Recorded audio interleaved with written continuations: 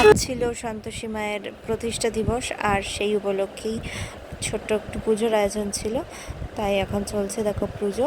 আর কেমন সুন্দর দেখাচ্ছে ঠাকুরকে, দেখো শাড়ি পরে সেজগোজ করে বেশ সুন্দর লাগছিল। তো এখানে দেখো পুজো চলছে। আর ঠাকুরকে কি অসাধারণ লাগছে না, জবা ফুলের মালা পরে, সাদা শাড়ির উপরে লাল রঙের মালা পরে অসাধারণ সুন্দর দেখতে লাগছিল। বেশি লোকজন আজকে হয়নি, বেশ কিছু ঘরোয়া লোকজন আর যারা নিত্য পুজো করে তারাই এসেছিল। আর বড় পুজোটা হবে শুক্রবার দিন।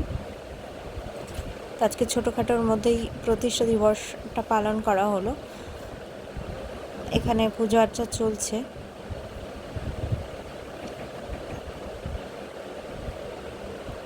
আমি আর বুবি ঠিক পুজোর সময় গিয়েই পৌঁছেছিলাম, আর পুজো দেখছিল সোনামা।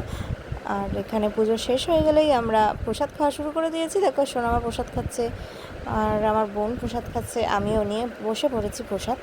আর এরপরেই আমরা দেখো দুপুরবেলায় খিচুড়ি ভোগ খেতে বসে পড়েছি। আর আমাদের খিচুড়ি ভোগের সঙ্গে ছিল তরকারি, বেগুন ভাজা, আর শেষ পাতে ছিল পায়েস। তো তোমাদের এই ভিডিওটা কেমন লাগলো? যদি ভালো লাগে অবশ্যই একটা লাইক কমেন্ট করো।